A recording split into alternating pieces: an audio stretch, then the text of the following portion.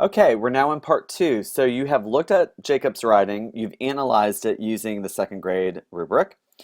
Um, so hopefully you saw what was present, what was missing, and where you would go next. So this is my analysis of Jacob's second piece of writing, which he did later in the year. This first piece of writing was toward the beginning of the year. Second piece was later in the year. And when I analyze his writing, I look at the first one overall. I wrote about one time when I did something. And this is when I think we need to be a little bit flexible. I mean, he's writing about a time period in his life. And I think he effectively wrote about a time period in his life. So I would say yes to that one. The lead, I thought about how to write a good beginning and a way and choose the way to start my story. I definitely think yes. No, Jessica is dead, I cried. That hooked you in. This is something I think Jacob does really well. He knows how to really work on the emotions of the reader. So the fact that he was able to create a lead that really kind of sucked you in, awesome. So I give a resounding yes to that one. I also think I'm going to skip down past transitions for a second. I also think he did a really nice job with the ending because he read it, then I learned cancer can kill us. So it's a really kind of a strong emotional ending to his piece, I thought, that didn't feel contrived.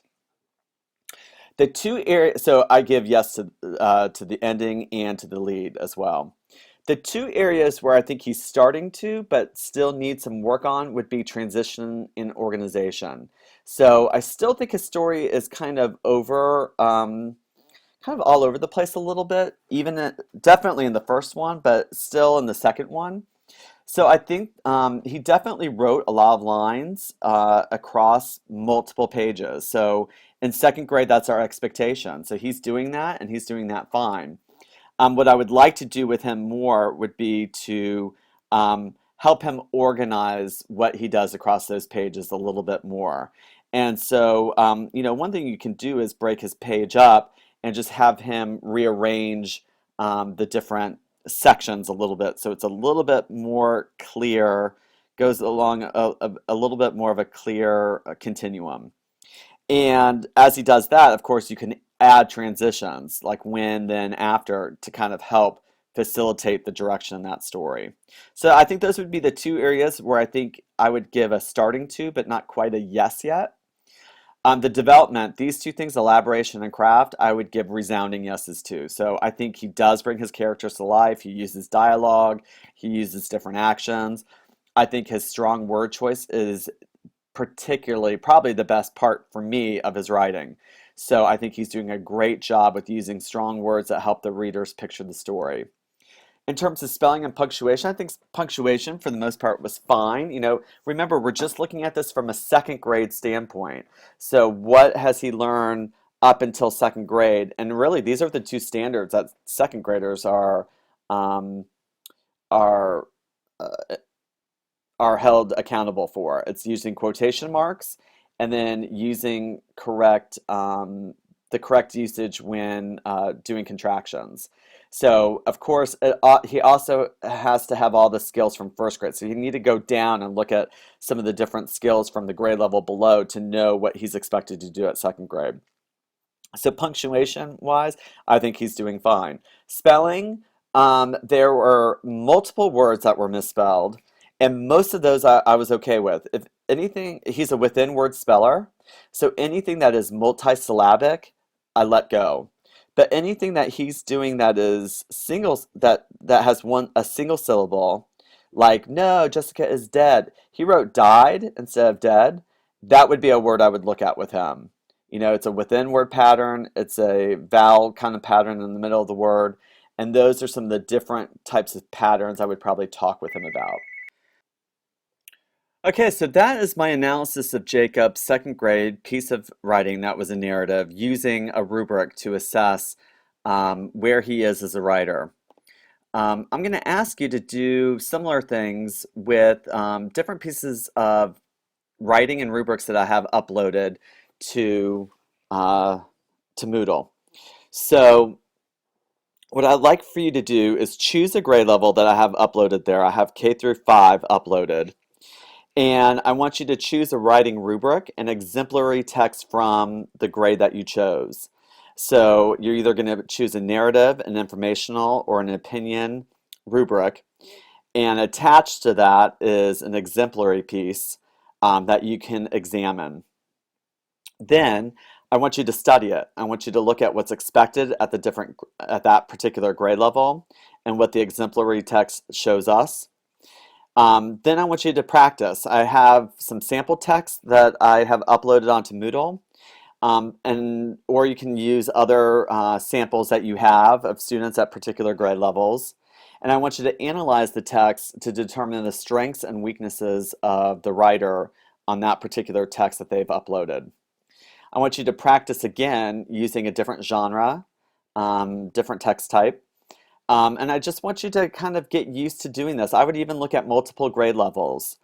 This is really an opportunity for you to deeply examine students' pieces of writing, what's expected at the various grade levels, and where you would go next if you were their instructor. When you're done with that, and I want you to take a good hour, 2 hours even, just to sit and look and evaluate and really examine what it is that the students are doing. When you're done doing that, I would like for you to reflect on the experience. So you're going to write a reflection about that kind of work that you just did in your day book. So let me go through this again real quick. Step one, I want you to choose a grade level, but you might go through this process multiple times with different grade levels. Then choose a writing rubric and exemplary text. I want you to use the exemplary text and examine it against the standards. Then I want you to study. So what do we expect children to do at this grade level? What does the exemplary text show me? And what do I need to teach? Then I want you to practice and then practice again. So you're going to decide on a genre, find a corresponding rubric, find student samples, and then analyze what's present, what's missing, where do we go next? And then finally reflect in your day book. What did you notice? What questions are emerging? So you're going to pause me and you're just going to go and do all that work. So um, so go ahead and pause me right now, and then we'll come back. Okay, hopefully you're back. The fourth element. So we talked about the four different pieces of data we're collecting. The two, we said a portfolio, we said writing conferences, and then we said grading rubrics. The other piece is student self-evaluations. Lucy Calkins just came out with a resource, Writing Pathways, that I drew from for these student self-evaluations. They're written in kid-friendly language, but they match all the same things that are attached on the teacher rubric. And so the fourth piece of data you would collect is a student self-evaluating themselves on their piece of writing. When I'm in classrooms, what I've noticed teachers starting to do is front loading it, giving kids these self-evaluations at the very beginning of a genre study.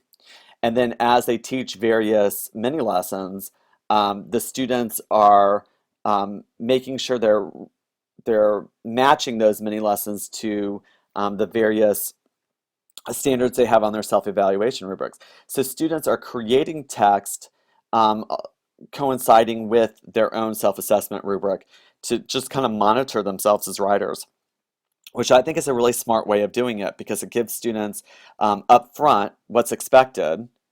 And then it's kind of like what I give you guys up front with our particular self-assessments and in our class. If you notice, we have been following a very similar structure. So for our multi-genre project, I front loaded it. I gave you the rubric and what's expected, and I told you, the different things that are expected. And then as you create that project, you can self-monitor yourself using the rubric that is uploaded. So it's kind of it's the same sense of what we can do with kids in classrooms. All right, so that is the end. So I want to just go back real quick and just go over these four things that you really need to consider collecting. Student created portfolios and then student self-assessments, Those are the student-driven kinds of evaluations and assessments that you're having them do. And then the teacher-driven ones are the conference notes and the grading rubrics. So together, when you combine them all together, it should give you a very rounded idea of who your students are as writers, what they know, what they still are yet to know, and it should provide for you a real strong sense of who the writers are in their class in your classroom, what they're doing, and where you should go next with them as teachers.